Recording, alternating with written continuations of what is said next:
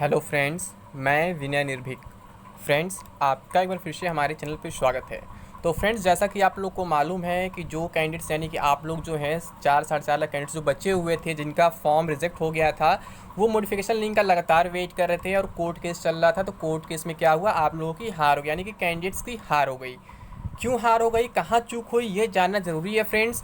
और अब दोबारा हम क्या कर सकते हैं कि हमें नोटिफिकेशन लिंक मिल जाए, यानी आप लोग को नोटिफिकेशन लिंक मिल जाए। अब मैं हमें वर्ड यूज़ किया, कुछ लोग कहेंगे कि मेरा भी फॉर्म रिजेक्ट हो गया है, तो मैं अपने लिए कह रहा हूँ। ठीक है, मैं तो कभी इधर हो जा रहा हूँ, कभी उधर, मुझे समझ नहीं कब लोग कौन गाली दे रहे हैं। अभी कुछ दिन पहले क्या हो रहा था कि जो जिनका फॉर्म एक्सेप्ट हो गया था वो गाली दे रहे थे, कह रहे थे कि इसका फॉर्म अगर रिजेक्ट हो गया तभी ये कोर्ट केस का सपोर्ट कर रहा है और ये बोल रहा है कि नोटिफिकेशन लिंक मिलना चाहिए। अब फिर इधर कुछ दिन पहले क्या हुआ, 1-2 दिन पहले बीच में जब एडवोकेट ने मेरे खिलाफ आप लोग को भड़का दिया, तो जो लोग केस लड़ रहे थे वो मुझे गाली देने लगे। वो ये कहने लगे कि ये चाहता नहीं है कि हमें नोटिफिकेशन लिंक मिले। यानी मेरा क्या है, मेरा कभी इधर लोग करते हैं कभी उधर करते हैं, अपने अपने सोच के अकॉर्डिंग मेरे बारे में अपनी सोच बना लेते हैं, उससे मुझे फ़र्क नहीं पड़ता है। ठीक है, तो हम बात कर रहे थे कि आपको क्या करना होगा फिर से कि आपको नोटिफिकेशन लिंक मिल जाए। क्या ट्विटर कैंपेन से नोटिफिकेशन लिंक मिल जाएगा? और एग्ज़ाम डेट नोटिस का क्या मामला है? क्या एग्ज़ाम डेट नोटिस बहुत जल्द आने वाला है? क्योंकि आपको मालूम है कि एग्ज़ाम जो है इसी कोर्ट केस की वजह से रुका हुआ था। एग्ज़ाम के ऊपर 2-3 फैक्टर्स थे जो धीरे धीरे खत्म होते जा रहे हैं। पहला फैक्टर था एनटीपीसी 7th फेज जो ओवर हो चुका है। दूसरा फैक्टर था आपका ये कोर्ट केस, तो कोर्ट केस भी खत्म हो गया।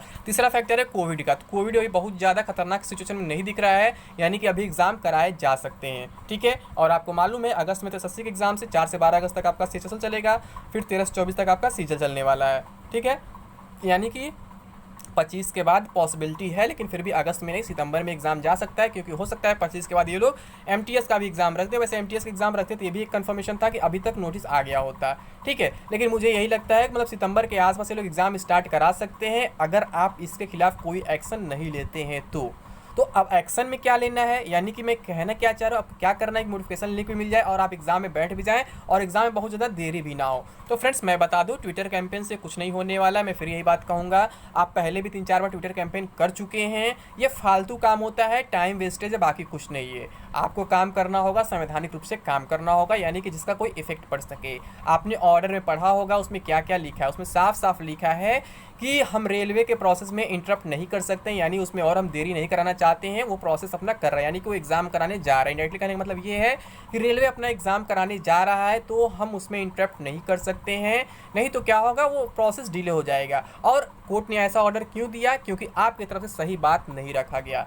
जो रिटन आर्गूमेंट सबमिट किया गया उसमें सही बात नहीं मेंशन किया गया, उसमें पूरी बात नहीं मेंशन किया गया कि हाँ यही सेम फोटो सिग्नेचर जो है एनटीपीसी में एक्सेप्ट किया गया था जबकि ग्रुप डी में रिजेक्ट किया गया। इस पर चर्चा रोज हो रहा था, लोग लगभग सभी लोग इस पर डिस्कशन कर रहे थे। मेन रीजन हमारा यही है, लेकिन जो रिटन आर्गूमेंट लास्ट में फाइल हुआ उसमें ये चीज़ मेंशन नहीं किया गया, उसमें क्लियर नहीं किया गया कि हम किस चीज़ की डिमांड कर रहे हैं और किस बेस पर डिमांड कर रहे हैं, यानी कि कहीं ना कहीं आपके एडवोकेट से चूक हो गई है। इसलिए मैं कहता हूँ फ्रेंड्स, किसी भी कोर्ट केस से पहले आप पहले जाँच पड़ताल कर लें कि आप किसे पैसा दे रहे हैं और कौन से एडवोकेट को हायर कर रहे हैं, उस एडवोकेट के पास कितना एक्सपीरियंस है, वो केस जीत सकता है या फिर नहीं जीत सकता है। तो ये बात आप लोग को ध्यान में रखना होता है। ठीक है, तो चलिए, जो बात बीत गई वो बीत गई, अब आप कुछ नहीं कर सकते हैं। वैसे तो ये केस आप 100% जीते हुए थे, मैं शुरू से आपसे कह रहा था कि ये केस आप हारेंगे नहीं, जीते हुए हैं। लेकिन फिर क्या हुआ, लास्ट टाइम आप लोग थोड़ा सा डाइवर्ट हो गए। आप लोग के मन में ये भ्रम पाल दिया गया कि अगर यूट्यूब पे इसके रिलेटेड वीडियो पड़ जाएंगे तो मैं कोर्ट केस हार जाऊंगा, जबकि ऐसा नहीं होता है। कोई भी ऑर्डर जो होता है प्रूफ के बेस पे आता है, ना कि किसी यूट्यूबर के वीडियो के बेस पे आता है।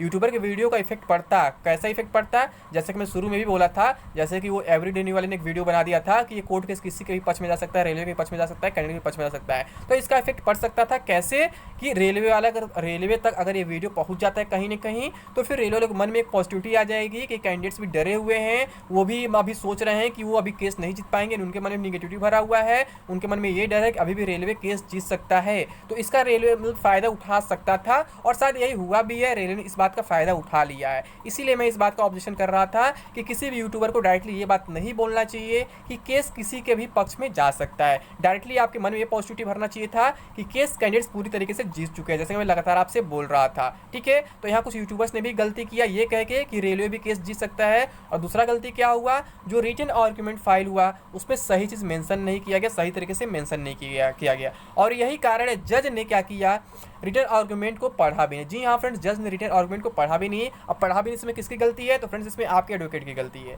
क्योंकि जज से टाइम लिया गया था कि हम मंडे को रिटर्न आर्गूमेंट फाइल कर देंगे, सबमिट कर देंगे, बट ये लोग क्या किए, मंडे को सबमिट ना करके ट्यूसडे को सबमिट किए, यानी एक दिन एक्स्ट्रा टाइम लिए कोर्ट का, जिससे क्या हुआ कि इफेक्ट पड़ा है आपके कोर्ट केस पे। अगर ये लोग मंडे को सबमिट कर दिए होते रिटर्न आर्गूमेंट तो इतना प्रॉब्लम नहीं हुआ होता, तो जज को पढ़ने का टाइम भी मिल गया होता और हो सकता था ऑर्डर आपके पक्ष में भी आ जाता, हो सकता था कंफर्म था, क्योंकि आपके डिमांड सही थे, आपके पास तमाम प्रूफ थे, लॉजिकल प्रूफ थे, सब कुछ थे, बट उन्हें सही टाइम पे पेश नहीं किया गया आपके एडवोकेट के द्वारा। यहाँ आपके एडवोकेट द्वारा गलती हो चुकी है। तो यही इसलिए मैं कहता हूँ फ्रेंड्स, आप 3,000-4,000 एडवोकेट करने से अच्छा है एक 40 से 50,000 का एडवोकेट अच्छा कर ले, ताकि वो आपको केस जिता सके, ठीक है, क्योंकि हर चीज़ का एक लेवल होता है। आप केस लड़ने जा रहे हैं 50-100 की संख्या में और 3,000-4,000 के एडवोकेट को आप कर लेते हैं और पैसा इकट्ठा करके अपने पॉकेट में रख लेते हैं, इससे आप केस नहीं जीत पाएंगे। भले पैसा कुछ टाइम आ जाएगा आपके पास 40-50,000 रुपये, लेकिन उस पैसे से आपकी लाइफ नहीं चल पाएगी। अगर आपको नौकरी मिल जाएगी तो आपकी लाइफ चल जाएगी। समझ रहे मैं क्या कह रहा हूँ? ठीक है, यहाँ पैसे का घोटाला बहुत ज़्यादा हुआ, आपको मालूम है। बहुत से कैंडिडेट से पैसा लूटा गया, किसी से 400, किसी से 300, किसी से 200, मतलब एवरेज 400 रखा गया था। वो पैसा एडवोकेट के पास भी नहीं पहुंचा और ना ही कैंडिडेट्स का नाम जो है मेंशन किया गया कोर्ट केस में, यानी कि उन्हें पेटिशनर भी नहीं बनाया गया और पैसा हड़प लिया गया।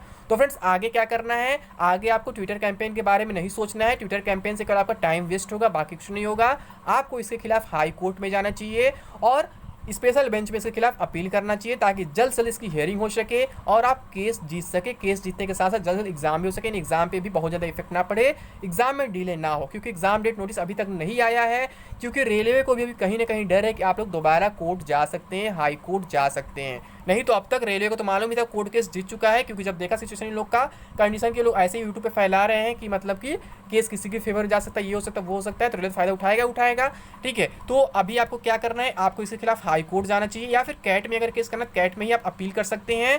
ठीक है, लेकिन एडवोकेट का लेवल देख करके, एडवोकेट किस लेवल का है, एडवोकेट ने कभी पहले कोई केस जीता है ऐसा कि नहीं जीता है, कितना केस लड़ा है, कितना केस नहीं लड़ा है, ये सब कंफर्म करने के बाद ही आप सोचेंगे।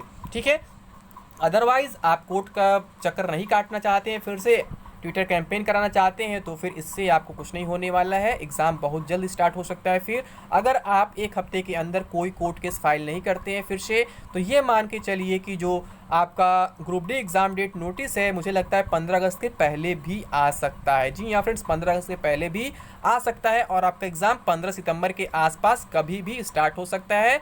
यानी कि अगर आप लोग इस बार चूक गए तो फिर आप लोग हमेशा के लिए मौका खो देंगे कि आप एग्ज़ाम में बैठने भी वाले हैं, यानी कि आपको मौका फिर से नहीं मिल पाएगा। तो इसलिए मैं आप लोग को लगातार पॉजिटिविटी दे रहा था। मैं कह रहा था आप लोग कोर्ट केस जीत चुके, लेकिन फिर भी कुछ यूट्यूबर्स इसमें निगेटिविटी फैला दिए कि ये केस किसी के पक्ष में जा सकता है, तो यहाँ इफेक्ट पड़ गया। और फिर उसके बाद क्या हुआ कि आपके एडवोकेट साहब ने सही बात सही समय पे नहीं रखा, सही तरीके से नहीं रखा। इसलिए ऑर्डर में साफ साफ लिखा गया है कि हम इंटरप्ट नहीं कर सकते, इंटरफियर नहीं कर सकते, रेलवे जो चाहे वो कर सकता है। यानी कि वो कह रहा है कि आप रेलवे से बात करें। तो फ्रेंड्स आप रेलवे से क्या बात करेंगे ऐसे समय में? रेलवे आपका बात मानेगा? आपको लगता है? जब कोर्ट कह रहा है कि हम उसमें इंटरप्ट नहीं करना चाहते, उसके काम में देरी नहीं करना चाहते हैं, जब कोर्ट की हिम्मत नहीं है काम में देरी करने की, तो क्या रेलवे डायरेक्टली अपने काम में देरी करेगा? आपको लगता है रेलवे बात मानेगा आपकी? तो पॉसिबल ही नहीं है। तो अगर आप ऐसे सीधे तरीके से जाएंगे तो आपकी डिमांड कभी नहीं सुनी जाएगी। अगर आप ट्विटर कैंपेन चलाएंगे आपकी डिमांड कभी नहीं सुनी जाएगी, क्योंकि जिस रेलवे के डर से कोर्ट ने अपना ऑर्डर चेंज कर दिया, तो सोचिए वो रेलवे खुद अपने मतलब अपना घाटा क्यों करेगा, खुद अपने एग्जाम देर क्यों करेगा? तो वो पॉसिबल नहीं है। तो इसके लिए आपके पास एक ही उपाय है, केवल हाई कोर्ट